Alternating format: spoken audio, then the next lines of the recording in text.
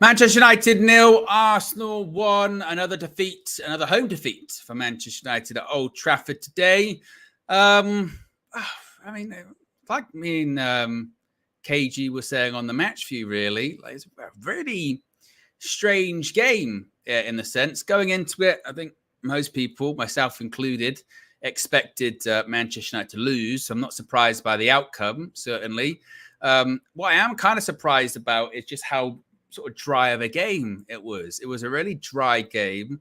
Wasn't really much to it. I don't think Arsenal played at their best. We played, I suppose, better than we did on Monday. Not that that's that difficult, but we're just not very good. So we lost. You look at the front line, created really next to nothing.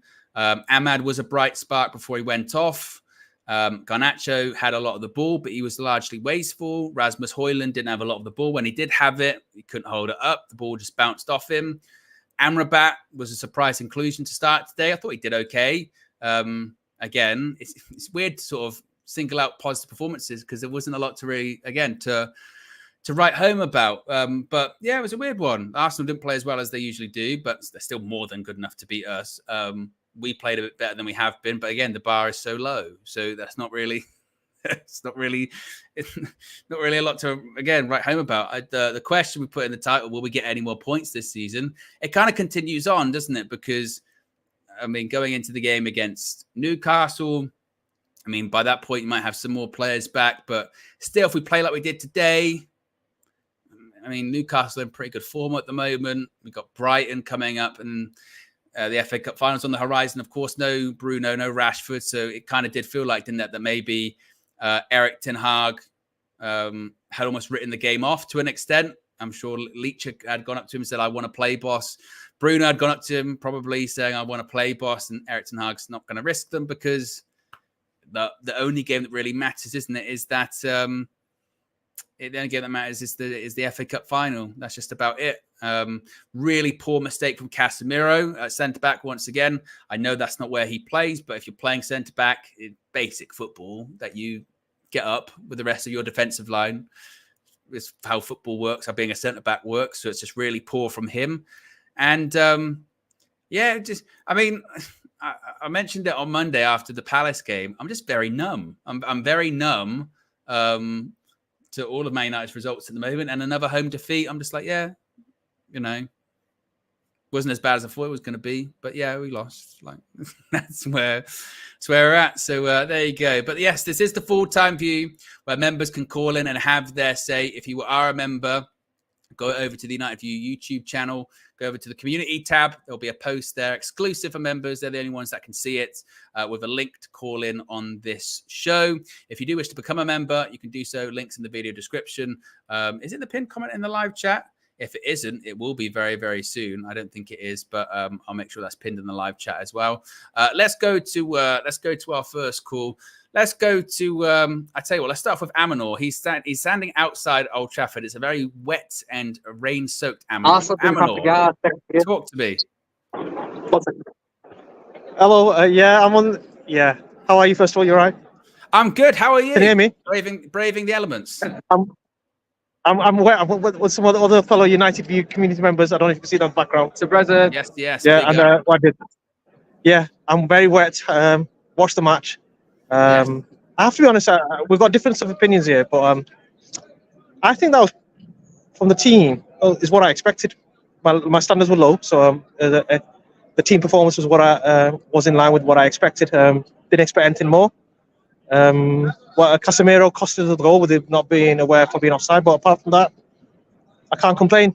I generally can't complain, Owen. No, and I'm with you. I don't think that's a difference of opinion at all, Amador. I think that again, I didn't have many expectations going into it. I'm surprised that we only lost 1-0 in the sense of going into the game. I thought it was going to be 4 or 5. It just felt like in the end a bit of a nothing game, didn't it? It just kind of sort of petered out, which is strange. It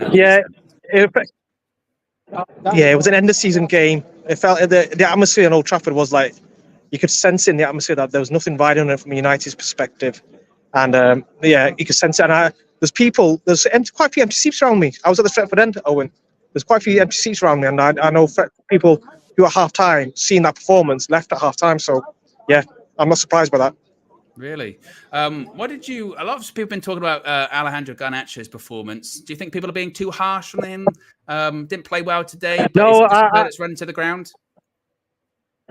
I'm not. I watched him live again. I think he's tired, and he was running into blind alleys. The things that we would accuse Rashford of, he was doing that.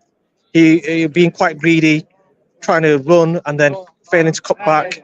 So I felt like he should be subbed off at half time.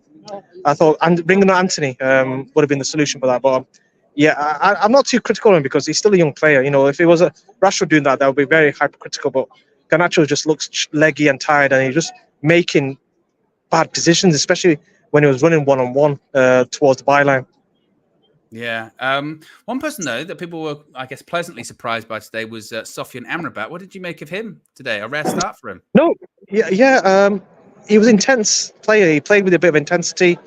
Yes, he's not press resistant, but I was quite impressed in terms of the desire he showed for a game that ultimately didn't mean much to United from the perspective of the league. So yeah, it's a shame that he didn't play more games. I don't know why Erik ten Hag chose him, but there's one player that hopefully you're going to ask me about. Let me see who you think I'm referring to. Are you referring to Casemiro?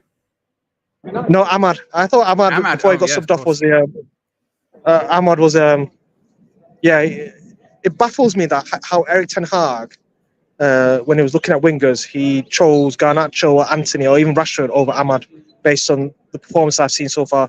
That young man deserves a lot of deserved more minutes in that. So I know when he came off, he got a nice, generous round of applause from the stand. So it's a shame, really. But you know, he was good. He was probably from my perspective, our man of the match from a United point of view. Do you think he'll have? I mean, depends on his injury, but do you think he might have worked his way in to maybe a start, maybe not in the next game, but against Brighton, maybe even the FA Cup final, or do you still expect Ten Hag to go with the tried and trusted favourites? Knowing Ten Hag and knowing what he's done so far this season, I think he'll go with his tried and tested favourites with Rashford on the left, Garnacho, Anthony on the right, possibly, depending on how fit Garnacho is, and sideline Ahmad. I feel really sorry for him because he deserves more. But both Ahmad and Amrabat showed if you give them a consistent run of game, they will perform. They won't perform like 10 out of 10, but they'll give you a 6.5 or 7 out of 10. Definitely. And just finally on Casemiro, of course, was at fault for the goal. I know you've spoken all season about him, but watching him live today, does it just kind of cement your thoughts about him and his legs going and what have you? Yeah, a little bit. But he's just I don't want to be too critical of Casemiro because he's playing out of position, but then again, he's an experienced player.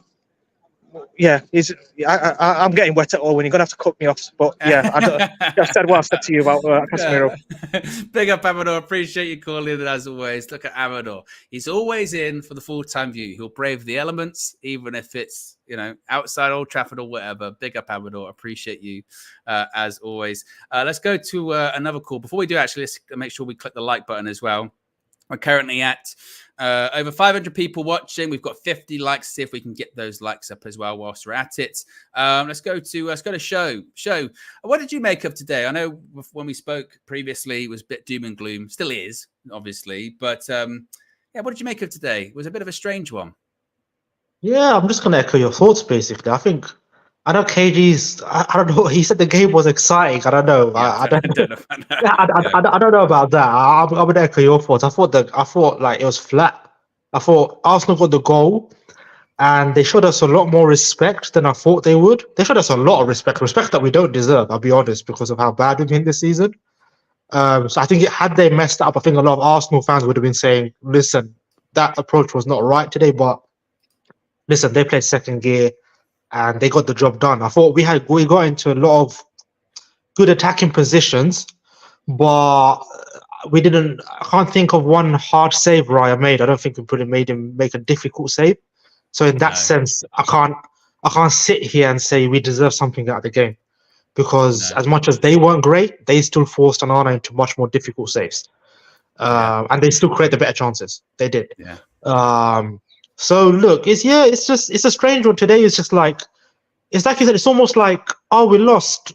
Oh, and then that's it. It's just like, okay, yeah, yeah. It's just we lost that, and I think is that 14th in the league now, 14 losses. And I think we're almost relieved at this point that we don't get battered, especially when we play a good team like Arsenal.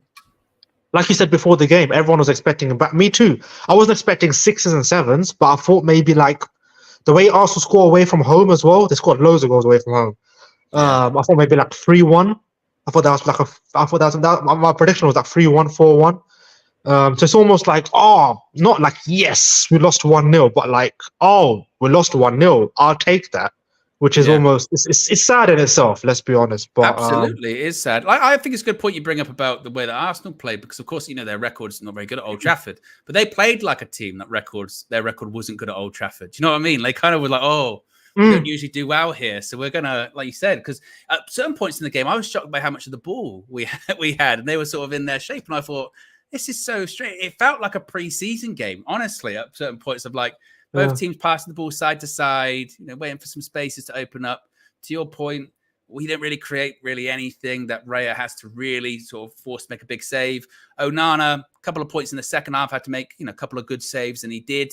But even in the first half, the goal they scored, you go, well, apart from that, they didn't really do all that much. It was just a really weird game. And I suppose, given the strength of the two teams, if it's going to just be, there's not much in it, the better team will win, well, it's going to be Arsenal. So that's kind of just what happened. But I don't know. And I suppose the follow-up question is, where do we go from here? But I think, I don't know. Yeah, there's nowhere to go. There's only a week left of the Premier League season. It's too late to have that conversation. It's far too late. There's nowhere to go. It's just seeing out the games, and then the cup final. You just hope they rise on the one day. That's it. That's all it is. The rest of the league games I couldn't care less about. I'll be honest, because at this point it does look like we're going to finish 8th. Actually, maybe even 9th, because West Ham would have to beat City, which would be a real turn up for the books. But it's like today I got ready for watching the game. I was like, I mean, look, I hate Arsenal as much as I hate Liverpool, because you can tell by my accent, I'm not exactly Mancunian. But it's just today's game is, normally it's a big rivalry, big game, but you kind of thinking, I don't know how, but in any which way Arsenal play, they're going to win today. It doesn't really make a difference, and that's what happened. So, I mean, there's a couple of performances. It's straight. I mean, you look at Ahmad play today, and I was saying to my mate in the group chat, and I said, look, it's a sackable offence in itself that Ten Hag has waited this long to start him, and then you see him play, and it's like, I'm not sitting here saying Ahmad's the truth, Ahmad's this, Ahmad that, but I'm given the low bar Anthony has set. When you see Ahmad play today, you just think, what, like, come on. Like, really? You wait like 36 league games you've waited, right? And then when Anthony came on, you saw the difference. That's the mad thing as well. So, it's annoying that Ahmad hasn't had more of a chance. I was surprised by Amrabat's performance. Yeah, me too. When I saw him starting, I was like, oh, God. Like, but I actually thought him and Mainu were all right together. Not amazing, but all right. Like, I wouldn't have minded seeing it more this season. You know what I mean? That's what I was going to say. The irony is, you sort of go, I was surprised by Amrabat, but then you think, well, actually, how many times has he played centre mid this season? More often when we've seen him, he's been playing left back or coming off the bench, hasn't he? We very rarely see him actually start games, a consistent run of games anyway, alongside like a Kobe Mainoo or someone else. So you kind of, a bit like with Ahmad, you're like, well, actually, I don't actually know what to expect from them. And to your point, when the bar's quite low, then you go, maybe this then should have been considered earlier on this season. I don't know. It's just and obviously Garnacho. Garnacho. I mean, he was so poor today, really poor.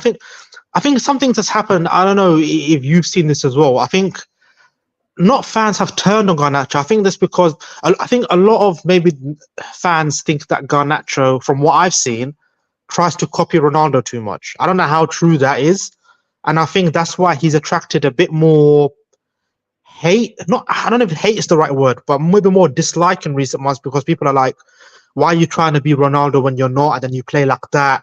You think you're big, and and then like he's dyed his hair blonde, and you know what I mean? It's like, me personally, I don't give a shit about that kind of stuff, but people do, because people follow players quite close nowadays. And I think that's what, from what I've seen recently, there's been a lot more dislike towards Garnacho in recent months.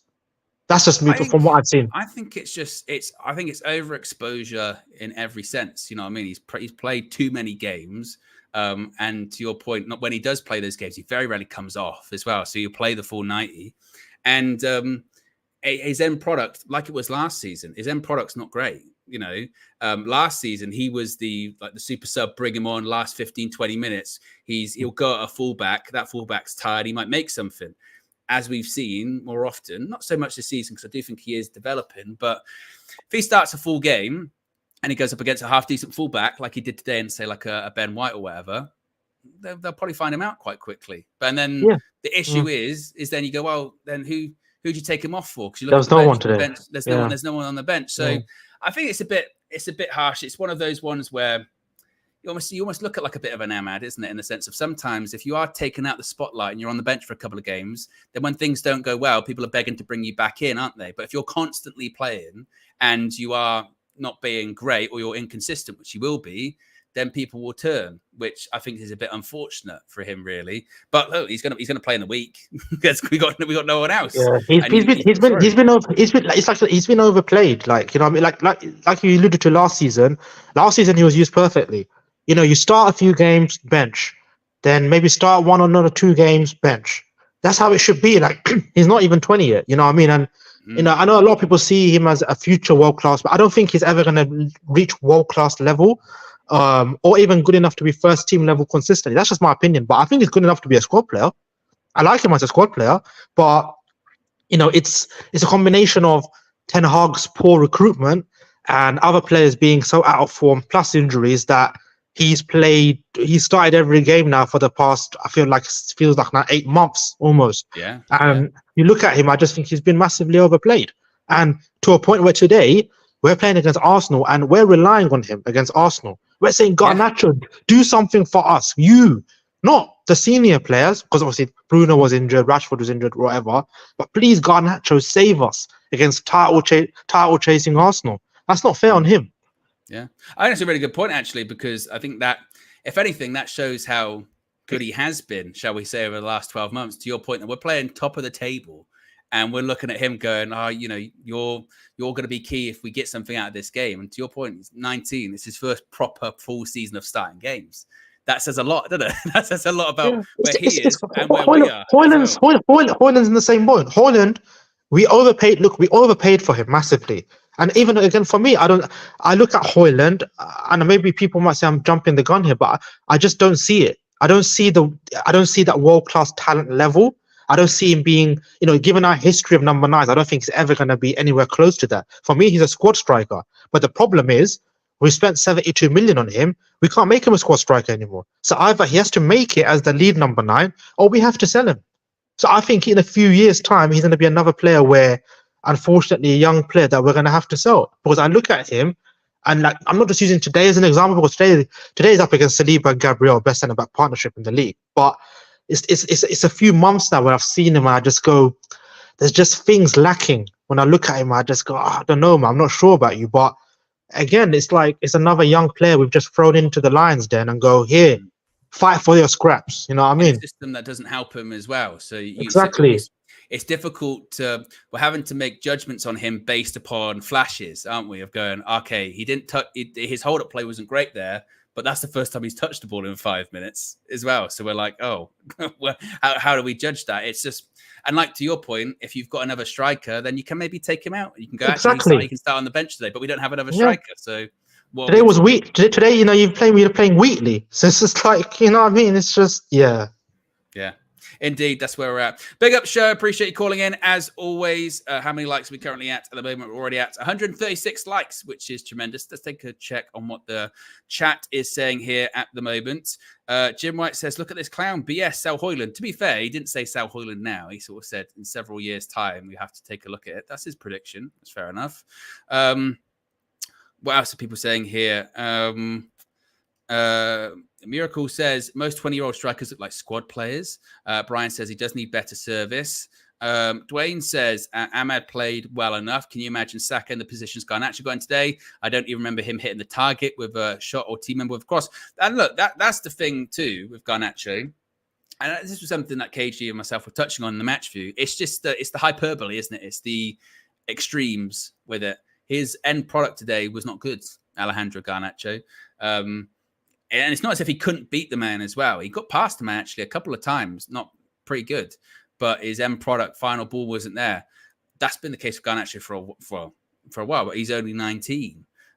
He shouldn't be playing these games he's playing at the moment. But to Show's point, and I do think that's a very good point, that it says a lot about where he is at the moment, that our expectation of him is actually quite high, because the senior players aren't there, they're injured, or when the senior players are there, they're not delivering as well. So I think we have to be quite careful, not careful with the criticism, because if you play badly, you deserve criticism that comes your way. But the extremism of like, hey, I'd never be good, or get rid of him, he's overhyped, he's overrated, this, that, and the other. Got to be a bit careful with that. This is a really poor Manchester United side in a very poor moment, in a very poor season. So we've got to be we've got to be a bit careful with that kind of stuff. Let's go to another call. Let's go to Uncle. Uncle, talk to me. What did you make of what you saw today?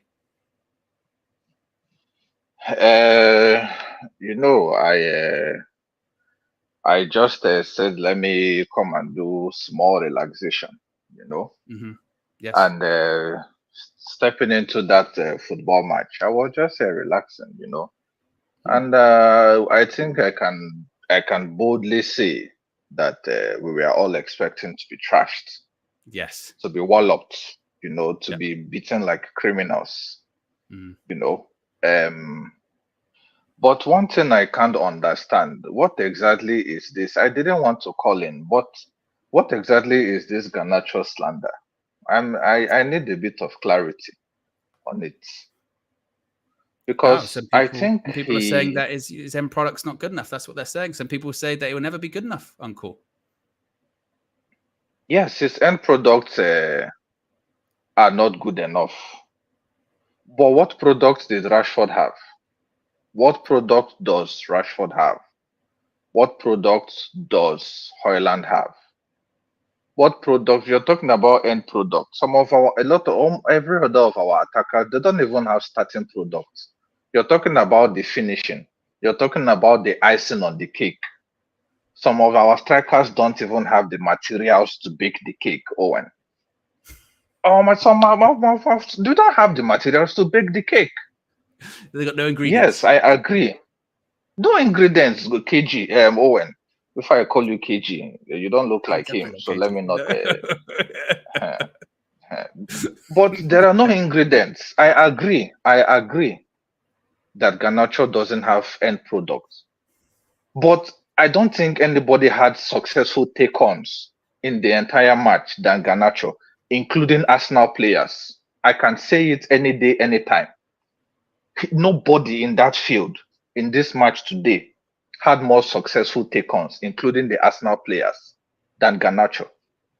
So if his problem is his finishing, at least we know he has something. Finishing can be worked on for a 19-year-old. So why all the slander? At least he was showing up. At least he was doing something. He took on player. Do you think it says something more then about United fans that immediately were looking for, a scapegoat after the game? We just go, it's got to be Garnacho. Garnacho. That is exactly what I think is happening. I am one person that will criticize players when they perform badly. You understand? I was looking out for Højlund to do something today. I was looking for how he will create spaces. And I can see that. I don't know if he's the manager to tell him or if he is the one to use his discretion. But rather than running into spaces, Højlund likes battling with the defender. And he doesn't have that experience. So it is easy to win the ball off. You can see deficiencies that the starting is not there for Højlund. It's not even the finishing. Even his starting position, the way he wins the ball, it is not there. But Garnacho took on players today, except maybe I was watching the back of the television. I don't know. Or maybe I was watching an old match. So I don't know what the slander there is for. Yes, the boy has one or two things to do with his finishing. Yes. But who else did what he did in the field today in 90 minutes? Yeah. Including Arsenal players. It says a lot, doesn't it? It says a lot that the expectations on him are already so high. This is what, second full season? And last season was a breakthrough season, really. This season, the first full season as a starter, and already the expectations are so high. That probably says a lot about his quality in itself. That people expect so much of him. Exactly. And like I said, I agree that he was wasteful in this match. But who created the chances for him? People are talking about the Trossard tapping. Was there anybody that created a tapping opportunity for Garnacho this entire match? Did you see anybody even create any chance for him? Let's start from there. No one creates chances for each other, did they? No one creates chances for anyone. Nobody creates chances for anybody. Yeah. It's not a Garnacho thing. We complained that Rashford all through this season will rather run into a blind alley than give the ball to an overlapping fullback. He will rather shoot than Garnacho had clear-cut chances this match. I agree his finishing was wasteful. But you can see that there's a product. When Ronaldo came into this club, I'm not comparing him with Ronaldo, but Ronaldo had the same issue. Where his finishing was poor, he was so selfish, and Ferguson coached it out of him. So it can be coached out of players. The way Erling Haaland is playing in Man City, it's not the same way he was playing in Dortmund. If you go and look at him, he was deeper in Dortmund. He was involved in the style of play. In Man City, there is a specific style of play where they don't give him the ball deep. They want him to be there occupying the center forwards. So things can be coached out of young players. I know we want to look for somebody to criticize, but the boy tried in this match. A 19-year-old. Some rich people have grandchildren. Pity the young boy now. Yeah, pity him. How much is he earning? Pity the small boy. Yeah. I mean, that's all I have to. I didn't want to call him, but I heard this and I was like, "What is you want to get something off your chest? You want to get something off your chest? Finally, before you do go, the question in the title is: will we get any more points this season? Do you think we will? It depends on what points you're talking about. I mean, any. If it's any point points. of correction, we might get a few points of correction from Ten Hag during the interview where he. Point of correction. Or points on the license, maybe. Some players might speed away from the stadium to get away from it as quickly as possible, maybe. Yeah, that's a good point, actually. Uncle's made a good point there. What's your definition of points? Got to do that. I've got to do that more often. I should be more specific. Football points. Football points. That's what I should have said. Big up to Uncle. Appreciate you calling in. We're 6 likes away from 200 likes. If you haven't already, click the like button. Be sure to subscribe. A lot of love for Uncle in the chat at the moment. Don F says, Uncle talking sense. Fat Force says, Uncle does make sense. What else are people saying here? SLD says, Uncle comparing Garnacho to CR7. I mean, to be fair, he said, I'm not comparing him. Ridwan says Garnacho had one very good chance where he should have aimed for the bottom right corner. S. Madison says, at least we didn't get hammered. This is our standards now. Shake my head. But we knew that going into it at the same time as well. We can't. This is one thing that I've noticed a few times this season. We go into a game, go, oh, we're going to lose. And then we lose and we go, oh, this is terrible. We knew we were going to lose today. The standards are so low at this point that the hope was that it just wasn't going to be as bad as Monday. And it wasn't. So we're like, oh, we'll take that. Really. The real frustrating thing is, like we're saying on the match view, like I think Show said it as well, that actually go, it's a pretty flat game. Maybe could have got something out of that if we were a better team, but we're not. So that's where we're at the moment. Let's go to another call. Let's go to Chalaboy Comics. What are your thoughts on everything you saw today? How you going? How you doing, Owen? I'm good. Good. I think today was a good performance, a good team performance, and I'm proud of the way the team played, stuck in. Unfortunately, we just didn't have the requisite quality to convert good enough chances into proper attempts at goal. But before I continue on the overall performance, I just want to back up what Uncle said, because honestly, I thought that was, everyone has opinions and they should all be respected, but to come out and say that, like, it's one thing to say I don't think Garnacho will become world class, because you never know with any player. It depends on a lot of factors. But to say that his level is a squad level player is absolutely ridiculous.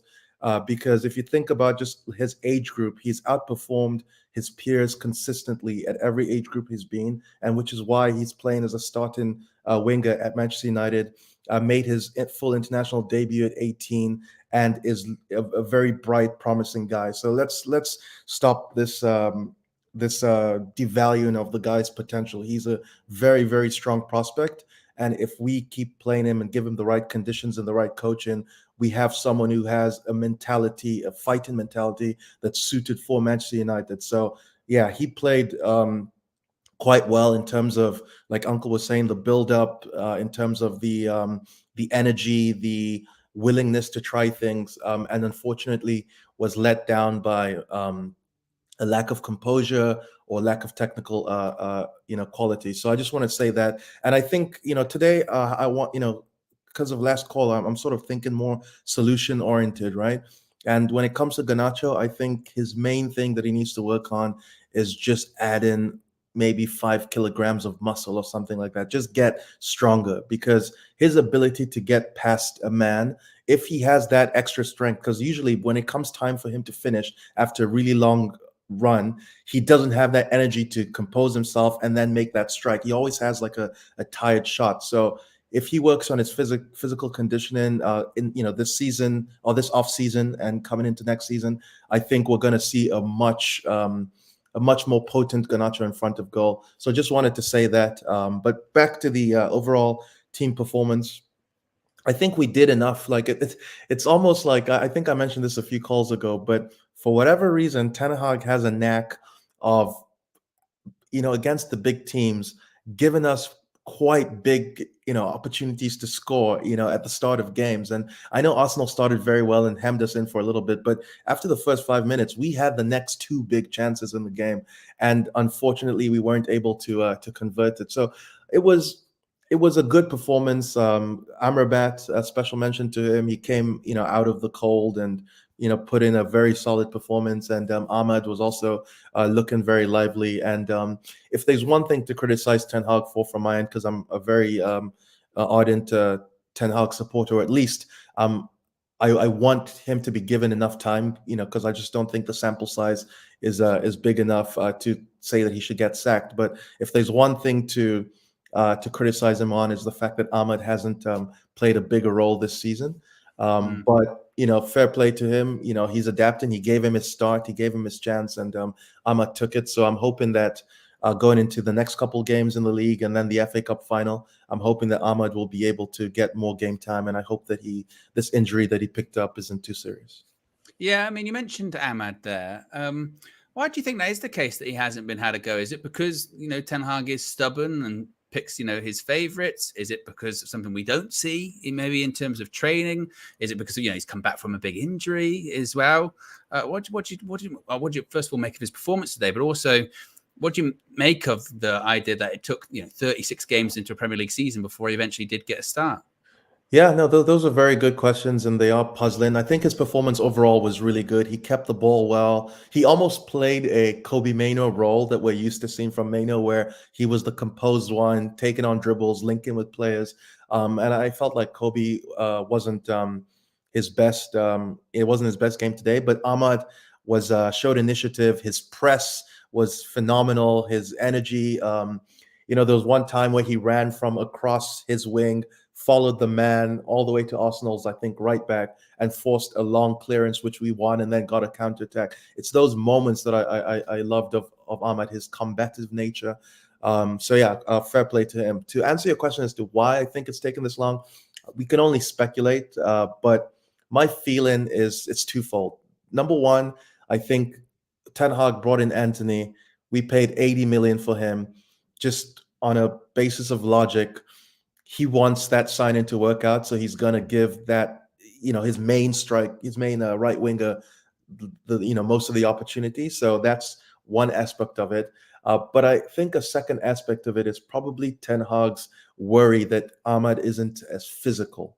I think he's one of those guys who's a bit lightweight, and you can see today he got injured, in his first start, right? Not to say that it's a long-term injury. So I think those are maybe the reluctance, because what Ten Hag has shown us that he likes is consistency, which is why he's sort of kept Dalot on the right back. Everyone's like, switch him to the left. Well, he knows Dalot has been performing really well on the right, so why unbalance that, right? So I think with Ahmad, it's like if someone's not going to be available because of injuries or anything like that, he has a reluctance to play them. So I think those are maybe some of the reasonings behind why it hasn't worked out for Ahmad. But I think when you just see the quality of a footballer that he has, just bite the bullet and put him on the pitch, right? So hopefully it's not too late that Ten Hag has learnt this. Hopefully he has a bit more rope to sort of make his mistakes, and we can figure things out in the long run. But it's tough to understand that decision. And just finally, I mean, the goal they scored today, you look at Casemiro, probably at fault for it, certainly didn't push up, didn't push out. It was a weird one again from him because he really struggled on Monday. Struggled particularly in the first half, maybe not so much in the second half for him. What did you make of his performance? It's one of those weird ones, because outside of that terrible mistake, I know Erik ten Hag called it a small mistake. I think it was a big mistake, because you just need to be switched on, right? He had a decent game. Like, he had some timely interceptions. He sort of built up well with Amrabat and Onana. So I thought it was fine. It's just disappointing that he was in this he made that mistake, because we did enough to score, not to score, sorry. We did enough in the game tactically, structurally, to have enough chances to score. And I think Casemiro played well. But I know this was going to be the last point, but I wanted to just touch on Højlund a little bit, because like, remember he had that purple patch, and I was saying this guy learns rapidly. It seems like he's a very capable individual, but of late he's been on a downward turn. A lot is made up of Haaland saying, oh, he doesn't get enough chances from this team. But if you're actually watching the game, his decision making in terms of his movements negates the chances that he would get based on where the game is going. There was one time he made a run where the ball was being floated over, and I think it may have been McTominay or Garnacho on that side, and Højlund took his man towards the ball instead of pinning his man and waiting for a flick on to run onto. His decision making is just not good enough. And so when we're talking about homework, this guy has to go and watch clips of Lineker and understand how to run off the ball, because his level at this point is not good enough. And in terms of just the footballing side of things, like, forget the technical finishing and things. It's just his thinking through the game is off. And I still believe in him, or I want to believe in him, but I'm starting to have a bit more doubts. And I think the striker position remains a top priority for us if we want to challenge, because what we saw today was us go against the best or second best team in the league, and we were competitive because we have a manager who knows how to solve problems and win games, but we just didn't have the squad quality to do so. And so we're basically judging Ten Hag on trying to make an omelet with eggs that aren't that good. Give him the right eggs, and I think we can see. Could you argue that we were competitive, though? Because, I mean, that's an Arsenal side that, for me, didn't really get our third gear, perhaps. They didn't really need to either as well. That could be said, but I think part of the reason why they didn't get out of third gear is because we scared them. Our counter press was working at times really well. We got like maybe I want to say 3 or 4 high turnovers, which should lead to shots on target. And Arsenal realized that and was like, whoa, City is lurking. We don't want to take enough risks. We gave them enough of a threat for them to play a little bit more conservative. I think Arteta said after the press conference that the goal that they scored sort of worked against them, where they became a little bit too safe. But I think part of that credit has to come with our cohesiveness as a team. We were very hard to break down. And when we got the ball in counter-attack situations, Garnacho was looking dangerous. So I think we contributed to that level of third gear from Arsenal. But just in general, everyone thought we were going to get destroyed, and we showed up and we played a very cohesive team game. So I think we should just be I don't want to say happy as fans. I think we should definitely be disappointed because any loss against Arsenal is just I hate it. I hate it. But in terms of a response from the Crystal Palace game, this is what needs to happen. And if we can play with this level of cohesiveness and just effort and willingness, I don't see why we can't beat one or both of Newcastle. Or I believe it's Brighton, right? Is that our last game? Yeah. So I'm not worried. The main thing is for us to get our players fit, because our only chance to salvage something from this season is the FA Cup. And call me a madman, but I believe that we have the capacity to do something if we just get our players fit. If Bruno's back fit, I'm cautiously positive for the FA Cup final. Cautiously positive from Chalab Comics. There you go. You heard it here first. I'm just seeing at the corner of my eye as well. Of course, Old Trafford was engulfed in thunderstorms. They're going to be all over the UK, but particularly up north in the northwest. That's a weather view. I should have a map here, shouldn't I? On the northwest coast, there's going to be. But it really got torrential rain. And obviously, Old Trafford's got the leaking roof. And I'm just seeing a video, Simon Peach on Twitter. Honestly, like the little in the stands, it's flooded. Like it is flooded. There is gushing water everywhere. That stadium. I mean, Jim Ratcliffe must be looking at that because he's there today and being like, "This task force, can you speed this shit up? Because that Old Trafford is just a mess. I mean, it is so decrepit, isn't it? Really." But yeah, those thunderstorms going because, of course, in the UK, the moment it gets hot, gets humid, got to have some thunderstorms straight away. So, yes. Let's go to one last call. Let's go to Pav. Pav, you got the poo emoji going. Was it poo that you saw today? 100%. Honestly, I wasn't expecting much anyway. I actually thought that Arsenal might come in for revenge. Remember the 8-2 back in the day? I thought we could be seeing something similar, but luckily it was an embarrassment. I don't even want to say it because it makes me feel sick saying it. A respectable defeat. That's all I can say. Yeah. And Anana's got a big part to that as well because he made some good saves. But overall, I wasn't expecting much. I knew the game was going to be dead from our side anyway. But it's like you said, Arsenal didn't even come out of third gear. I don't even think they come out of second or first. I thought they were just coasting. They were just chilling. And I think they knew that they didn't really have to do much other than maybe defend the counters because that's all we're good at. Yeah, they didn't have to take any risks, did they? That was the point. They didn't need to risk anything. It's like the only thing we can do is hoof the ball up top to one of the wingers on the either obviously Garnacho or Ahmad or someone because Højlund up top is pretty much non-existent. All he does is I don't want to say I'm slandering because I've done it before, but all he does, is remind me of what Lacazette did for Arsenal. And people slagged him off for a very long time, just holding up the ball, nothing else. But with that, I think the only way that it improves is that we get a coach that can take some of these players to the next level. Because Garnacho, he was probably the worst player on the pitch today with his output when it comes to decision making. And I don't want to go too much on Garnacho, but you've been here 2 seasons and I've not seen any improvement in your ability and your skill in them 2 seasons that you've broken through. And is that fair to say? I would say he's a I think it's fair to say. I don't, and it's not on Garnacho. A coach is supposed to make a player better, right? But in 2 seasons, I've not seen that much improvement out of Garnacho. Since last year when he broke through, fair enough, you did okay. This season has been pretty much similar. Your skill and your ability has not improved. And for you to improve, I think we need to get a better coach to get that out of someone like Garnacho. And even Højlund, I don't know what it is that we need. It's like the last caller said, we need more strikers. It doesn't have to be world-class strikers. Go have a look at Guirassy from the Bundesliga, Victor Boniface, just someone. We need some competitiveness up top. Need options. Yeah. But the right wing situation as well, I've always said I don't think Ahmad's all that. The only reason he kind of shined today is because everyone else is crap.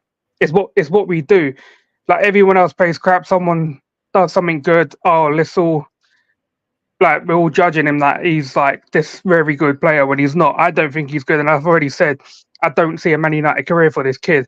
Maybe he needs to go to a Premier League club or something to showcase what he can do, and then we can maybe talk after. But until I've seen him play for at least like 40, 50 games or something like that at a decent level, I'm not gonna do what other people are doing, calling him like he's like really good. I'll be honest, I don't think he is.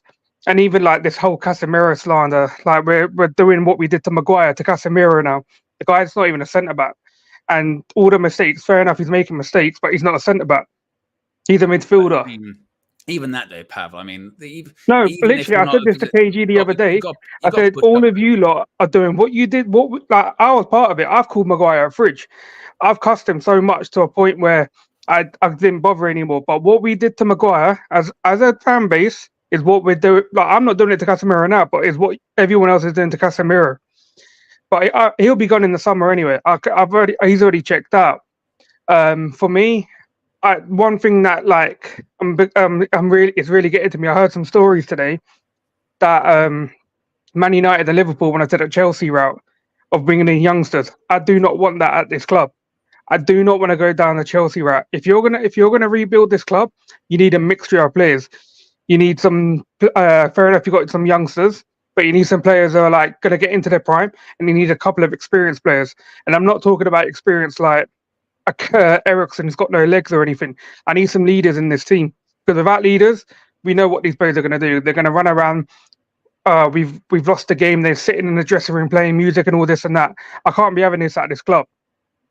The people need to be ruthless from next season, because I've had enough of this. How long have we been watching this? 10, 11 years now. I do not want to go this like these stupid routes, like copying other teams. We need to be serious as a club.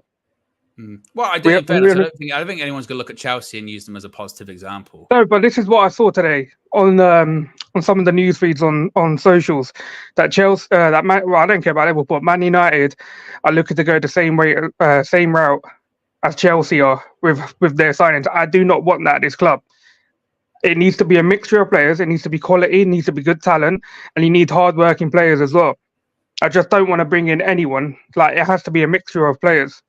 Other than that, that's why those people. That's why they hire him, isn't it? That's why you hire an Omar Barada. Omar Barada's coming from Barcelona and City. If his mindset was, we got to do more of what Chelsea are doing, I mean, that's definitely not what City do, is it? That's the positive thing. Someone like an Omar Barada. That's why I'm confident with him, because he's only ever been places that have been successful, and I don't see why he would divert. And the first thing I want to see with this team, Owen, we need to build a spine. I don't care about anything else. We need to build a spine from the back. We need a really good defense and work our way up top. Like we don't need to bring in like so many attackers or midfielders. I need a whole back new line, fullbacks, centre backs, 4 centre backs, because the ones we have got are never here anyway. Injured, too old,